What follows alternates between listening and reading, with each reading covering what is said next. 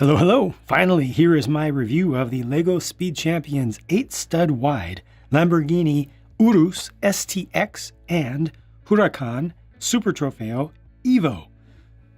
One of them is an SUV, for crying out loud. The other one is a supercar. Both of them kitted out. Lots of stickers here. Let's take a closer look. Now, I know that between these two vehicles, the Urus has far, far less viewer interest. So I will get through that one first, and I'll try to get through it relatively quickly. Now, the Urus is not Lamborghini's first SUV, but it is their latest and first in quite a long time, and it's sure to become the most successful, the best selling, by a long shot.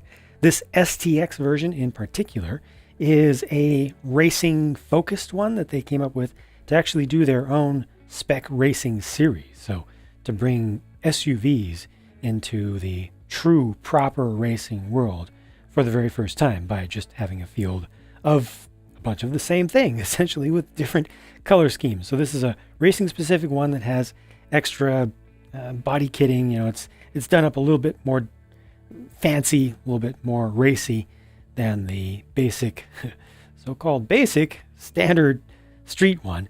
This Lego build is 8 studs wide approximately, plus some. You know, it's got the extended fenders, but then it also has the extended wheels beyond that. Now, there's no point in mincing words. I personally hate how the wheels and tires stick out from the body of this thing. I feel like everything else is actually done quite nicely. The build of this is involved, quite involved. There's a ton of building on the side, studs on the side construction. There are sub-assemblies that you do. It's interesting. There are a lot of small pieces, and there's a lot of proper Lego sculpting involved. I feel like the back is done very nicely. The sides are good, but not great. The front is excellent. But again, those wheels and tires just mess everything up. As usual, the roof can be removed, and that also brings with it the windscreen, large windscreen piece that is 6 studs wide. Inside, you have space for 2 persons to be seated, 2 minifigures to be seated in the front. Got the center console with a single sticker right there.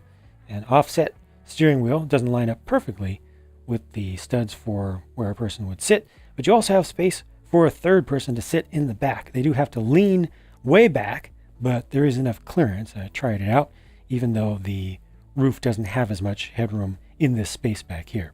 Lastly, underneath, I wanted you to see that this is properly built up from the base, so there's no specialized chassis piece. You really build every single thing that you see here from mostly regular current pieces. The Huracan is also a racing spec vehicle, so it has extra aero bits on it, and of course all of the racing livery that is attached to this one. Most of that is accomplished with stickers. Some of it is with just plain building with lines made from plates and tiles, and it does have a printed windscreen as well.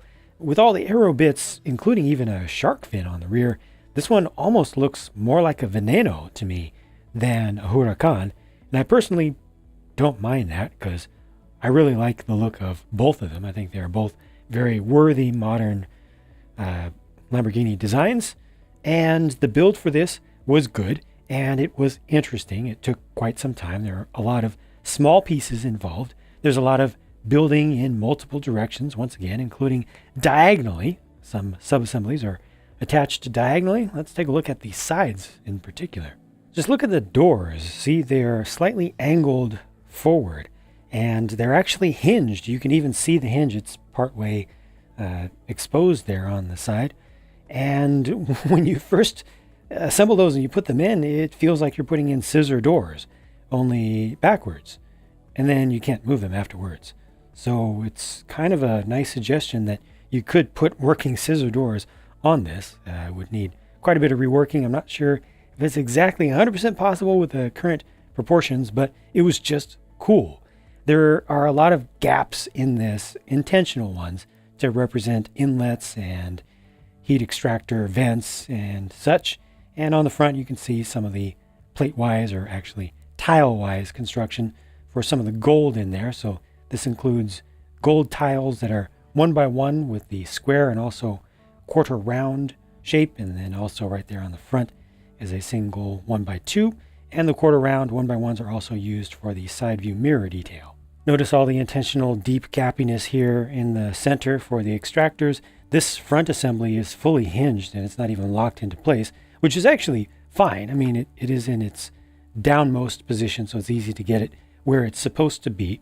I do recommend, as is usual for these Speed Champions sets, that you wait until you get most things assembled before you assemble or before you add the stickers, so that you can try your best to get things aligned like I did here on the side. This one doesn't have too many things that need to be aligned, but it I think helps to be a little bit patient with that stuff so that you can do your best with what's available. The wing is done very nicely, a GT style wing. You can adjust the angle of that, of course, slightly if you want to. Probably looks best nearly horizontal there. And I really like what they did for the installation of the shark fin. This is a short helicopter, the butter knife style helicopter blade there. You put a sticker on either side and it's mounted right down the center. That is pretty classy, and you know, it's a smooth surface beneath, so you're not seeing different colors of parts. You're not seeing studs down there. It's just overall done pretty well. This is intended to be an intake up here. I think this probably could have been done without that single stud being exposed right there. Might be unnecessary. This windscreen piece is fully printed up, and the shaping of it is pretty perfect for pretty much any Lamborghini car, that is. And to get inside, as usual, I'm going to remove that. And there you see seating for two. So you can put a driver in there. You can put a passenger in there. It's not particularly comfortable for either, but they will go on either side. You have that center console with switches and buttons and such.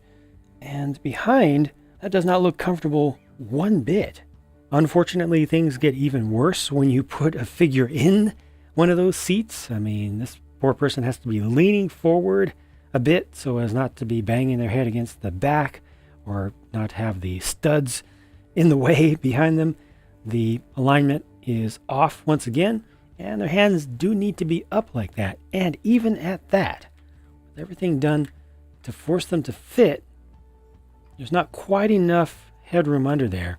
So this is right on top of the person. I'm trying to squeeze them down in there, but there's a little bit of a ledge there because the windshield piece is not able to go down all the way. I think you can see it right there.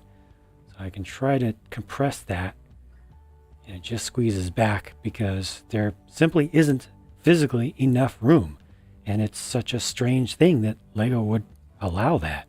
Lastly, looking at the underside, you see that this one is based off one of the specialized chassis pieces, and that's a pretty large one that is new for 2020 and specifically designed to allow different wheelbases and different styles of Speed Champions builds, but it does not allow figures to be as low as physically possible like some of the older specialized chassis pieces. You know, this actually has clearance where you can build onto it from the underside, rather than putting the figure floor at its lowest possible point. Here are both of this set's figures up close. They have identical torsos between the two, and each one has just a plain helmet with a clear visor on the front. One's black, one's white, but they're just the standard modern style. That's been around for quite some time. There's the printing on the back of the torsos, and that printing is pretty nice, especially for the logo itself, though it doesn't have the maximum amount of detail in there. But you can see that there's metallic printing beneath. So if you get the light to strike it just right, then it actually does look pretty good. And one of these has an alternate face. I'll let you see their standard expressions as well. So really happy for him, or just, I don't know, I guess satisfied. And here's the best thing. Once again, they've included hair pieces for the figures, so they don't have to have helmets on. And that is wonderful. It's easy to do. It's cheap for Lego to include the extra one piece for each figure, and just allows us as fans to do so much more as far as posing them and setting them in different scenarios. Here's the set's side build, which is pretty significant in its size, at least in its width. It's designed to allow 3 cars side by side, and it has lights for each in each of those columns in a row. And it has this nice, very simple little feature here to let the lights go green. So wait and go. It's simple but effective. I like these pieces here, but ultimately this doesn't add a whole lot, but it's not bad as just an extra thing. Finally, here are the spare parts for the set, including one extra set of wheel covers. You don't get an extra set of wheel covers for the Urus because it uses extra large covers. Also, here are the 2 spent sticker sheets so you can get an idea of just how many are involved with these builds. It's a lot, especially with the Huracan having so many little ones. Shall we talk about value?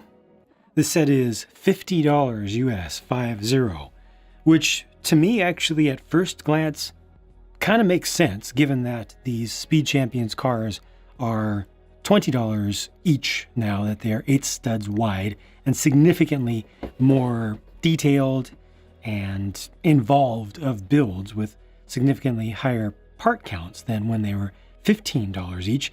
I personally feel like you get your money's worth at $20 per car, but this is $50, so that's $25 per car, but really it's $20 for the Huracan and $30 for the Urus and the starting gate. The starting gate is really just a filler to bring it up to the desired piece count to somewhat match the budget that they put in there.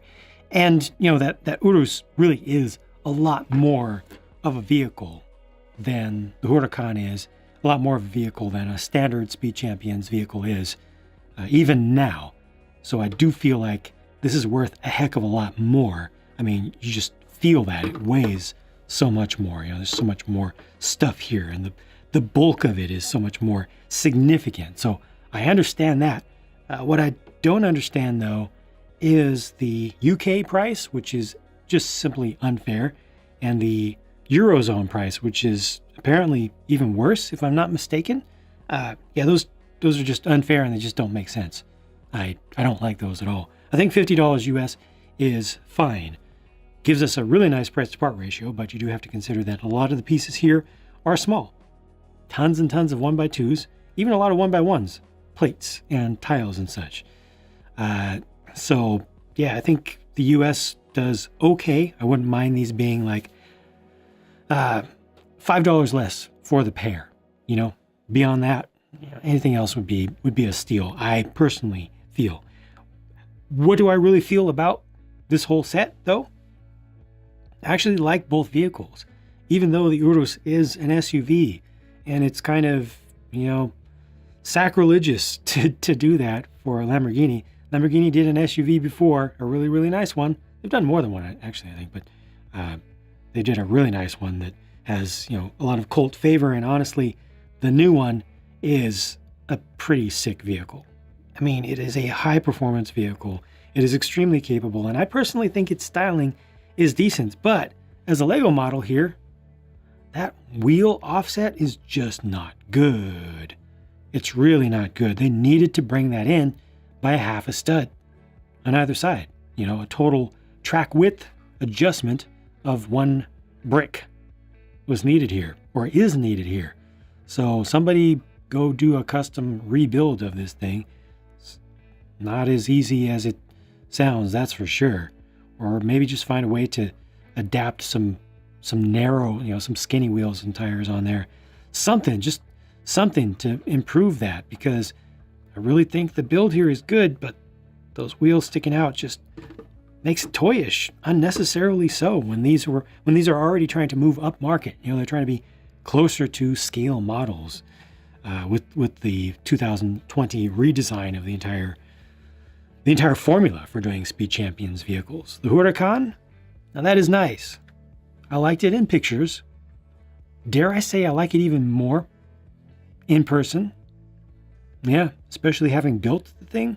The builds around the front and around the back with the little actual gold, painted gold pieces are really nice. The centering of that shark fin is really nice. You do a lot of work to put this together. I think that some of the gaps could have been improved a little bit. The holes for the hinges, for the slightly downward angled side panels, could have been filled up easily. They just could have used longer pins and then stuck some bars through there. I don't know why they did not do that, but I mean, overall, still, this is a really cool build. Something that I'm personally proud to have.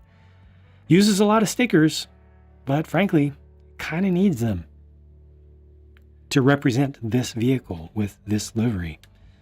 So I'm not even going to complain about that. I will complain, however, as I already have, about the lack of headroom for a figure. That's another thing that just does not make sense.